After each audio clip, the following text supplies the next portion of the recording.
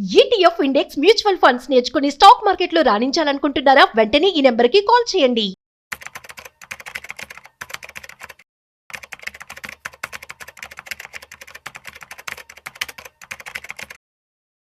నమస్తే, welcome back to Suman TV. ప్రస్తుతం మనతో పాటు ఉన్నారు stock market analyst Sundararam Reddy గారు. నమస్తే సార్. నమస్తే సార్, మరి ఐపీఎల్ 2025 సీజన్ నుండి చూసుకుంటే మరి ఎలా అయితే విరాట్ కోహ్లీ 18th సీజన్లో కప్ కొట్టేశారు, చాలా హ్యాపీగా ఉన్నారు అందరూ కూడా, ఎట్టకేలకు విజయం సాధించారని అనుకోవాలి. మరి అదొక పక్కన పెడితే ఐపీఎల్ 2025 సీజన్ నుంచి చూసుకుంటే మరి ముఖేష్ అంబానీ 6,000 కోట్లు సంపాదించారని సమాచారం. మరి దీని నుంచి ఆయన ఎంత డబ్బు సంపాదించారు ఒక్కసారి మీ మాటలు. ఆల్మోస్ట్ 18 సంవత్సరాలు వెయిటింగ్ అండి. అండ్ విరాట్ కోహ్లీ ఎంత సక్సెస్ఫుల్ కెప్టెన్ అందరికీ తెలిసిందే. బెంగళూరు వాళ్ళకి ఆ కప్పు రావడం కోసం ఆల్మోస్ట్ 18 ఇయర్స్. రియల్లీ ఎమోషనల్ అనమాట చాలా మందికి. ఎందుకంటే ప్రతి సీజన్లో దగ్గరికి వస్తారు, బట్ వెనక్కి పోతాం. బట్ ఈసారి మాత్రం పంజాబ్ వర్సెస్ బెంగళూరు ఇద్దరు ఫస్ట్ టైం వచ్చారు. ఇద్దరు ఎవరైనా విన్ అయినా ఓకే అన్నట్టుంది అనమాట. బట్ మన సౌత్ వాళ్ళం కాబట్టి బెంగళూరు కలిసి ఫేవర్గా ఉన్నాము. ఫైనల్గా అట్లీస్ట్ దే గాట్ ఇట్ అనమాట. అండ్ కోహ్లీ కూడా చాలా ఎమోషనల్ ఫీల్ అయ్యాడు. అదృష్టి అందరూ ఇంకా ఎక్కువ ఎమోషనల్ ఫీల్ అయ్యారు. One of the most memorable finals అనమాట. అండ్ ఈ కప్పు గెలిచినందుకు బెంగళూరుకి వచ్చేది ఏముండదు, 30-40 crores తప్ప ఏముండదండి.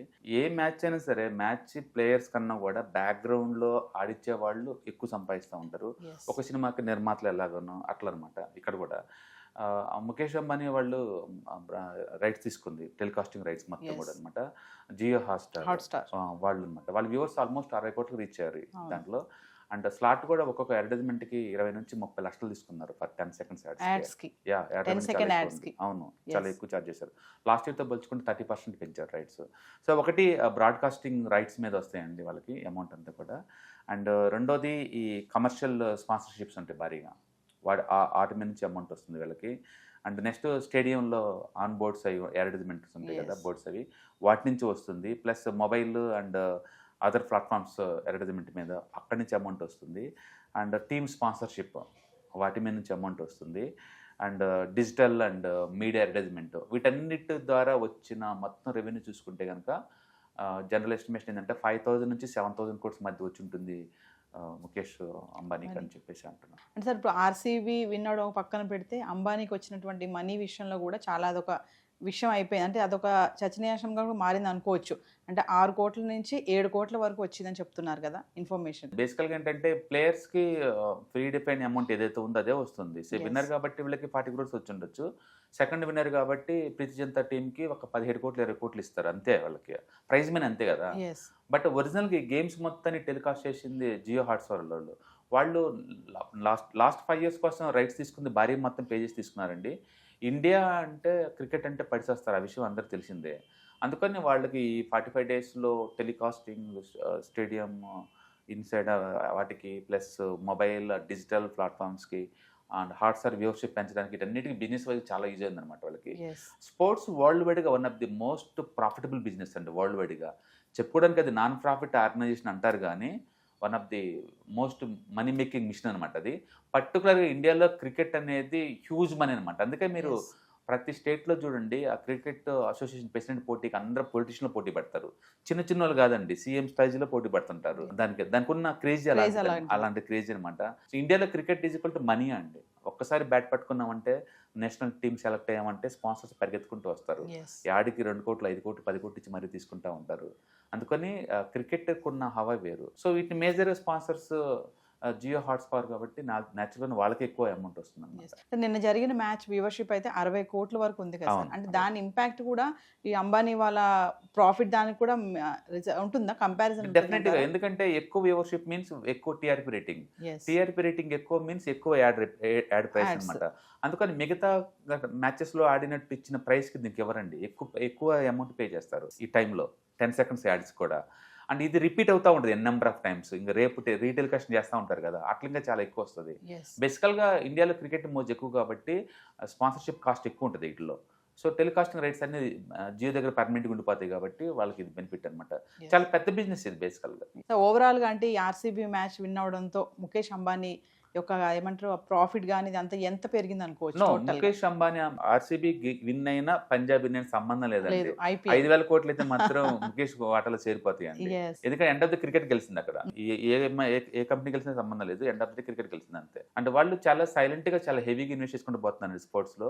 ఇండియన్ ఒలింపిక్ అసోసియేషన్ లో వాళ్ళ మిస్సెస్ చాలా కీలకం, అండ్ ముంబై టీమ్ కి కీలకం, అండ్ పెద్ద పెద్ద స్పోర్ట్స్ కాంప్లెక్స్ వాళ్ళు కడుతున్నారు. అండ్ రిలయన్స్ వాళ్ళు చాలా స్ట్రాంగ్ గా ఉన్నారు ఆ ఏరియాలో. ఎస్ స్పోర్ట్స్ ని ఒక కమర్షియల్ తీసుకెళ్తున్నారు వాళ్ళు. ఎస్ అండ్ ఇండియాలోని మెజారిటీ మీడియా హౌసెస్ కానీ కూడా వాళ్ళ చేతుల్లో ఉన్నాయి. డెఫినెట్గా సూపర్ హాట్ ప్రాపర్టీ అవుద్ది స్పోర్ట్స్ అనేది రిలయన్స్ ఒక వాట. ఎందుకంటే అది ఈజీ కనెక్ట్ అవుతారు, యూత్ ఈజీ కనెక్ట్ అవుతారు. కాబట్టి ముందు రోజుల్లో కూడా అది ఎక్కువ కనెక్ట్ అవుతుంది. ఇప్పటికే మీడియాలో వాళ్ళు ఇండియాలో సెకండ్ బిగ్గెస్ట్ ఓటీటీ ప్లాట్ఫామ్ అండి yes Jio Hotstar Jio Hotstar. Yes. So ముందు రోజులు ఇంకా చాలా, ఎందుకంటే జనాభా ఎక్కువ అండ్ ఎక్కువ సినిమా చూసే ప్రపంచంలో ఇండియన్సే. ఎస్ నచ్చితే 10 సార్లు కూడా చూస్తుంటారు వీళ్ళు. అందుకని సినీ కల్చర్ ఎక్కువ, ఎంటర్టైన్మెంట్ మీన్స్ వీళ్ళకి మూవీ కాబట్టి ఓటీటీలో, డిజిటల్ మీడియాలో, స్పోర్ట్స్ లో, అన్ని రంగాల్లో జియో రిలయన్స్ ముందు ఉంటారు. అంటే జియో ప్లాట్ఫామ్స్ అన్నిటి కూడా క్రేజ్ బాగానే చాలా ఉంటుంది వస్తుంది ఆటోమేటిక్ గా. వాళ్ళకి బ్రాండ్ ఇమేజ్ పెరుగుతుంది, స్పోర్ట్స్ లో వాళ్ళే డైరెక్ట్ ఇన్వాల్వ్ అయ్యారు కాబట్టి వాళ్ళు ఉంటుంది. కాబట్టి క్రికెట్ ఎవరు విన్ అయినా ఓడిపోయినా Mukesh Ambani going to make the money. ఈ సీజన్ కి 5,000 కోట్లు ఈజీగా వచ్చేస్తాయి. కాకపోతే ఒక్కదాని నుంచి అని కాదు, టెలికాస్టింగ్ రైట్స్ నుంచి, అడ్వర్టైజ్మెంట్ దగ్గర నుంచి, స్టేడియం ఇన్ హౌస్ వాటి దగ్గర నుంచి, టీమ్ స్పాన్సర్షిప్ దగ్గర నుంచి, వీటన్నిటి దగ్గర నుంచి మనీ వస్తూ ఉంటుంది. స్మాల్ గా చూసుకుంటే సెకండ్ యాడ్స్ ఉంటాయి కదా సార్, మ్యాచ్ వచ్చినప్పుడు ఆ యాడ్స్ వస్తూ ఉంటాయి. మామూలు టైంలో మనం చూడం వాటిని. మామూలు టైంలో So, ఎంత చార్జ్ ఎంత ఉంటుంది దానికి ఒక 30 to 40 lakh ఉంటుందండి 10 seconds యాడ్స్ కి. 10 సెకండ్ యాడ్స్ 10 seconds యాడ్స్ కి. ఎందుకంటే వ్యూవర్స్ 60 కోట్ల మంది చూస్తున్నారు. ఎస్ ఎస్ అవును, జస్ట్ బ్యాట్ మీద ఎంఆర్ఎఫ్ పెడితేనే 2-3 కోట్లు ఇస్తారండి బ్యాట్మెన్ కంటే. ఊహించుకోండి ఎంత పెద్ద క్రేజ్.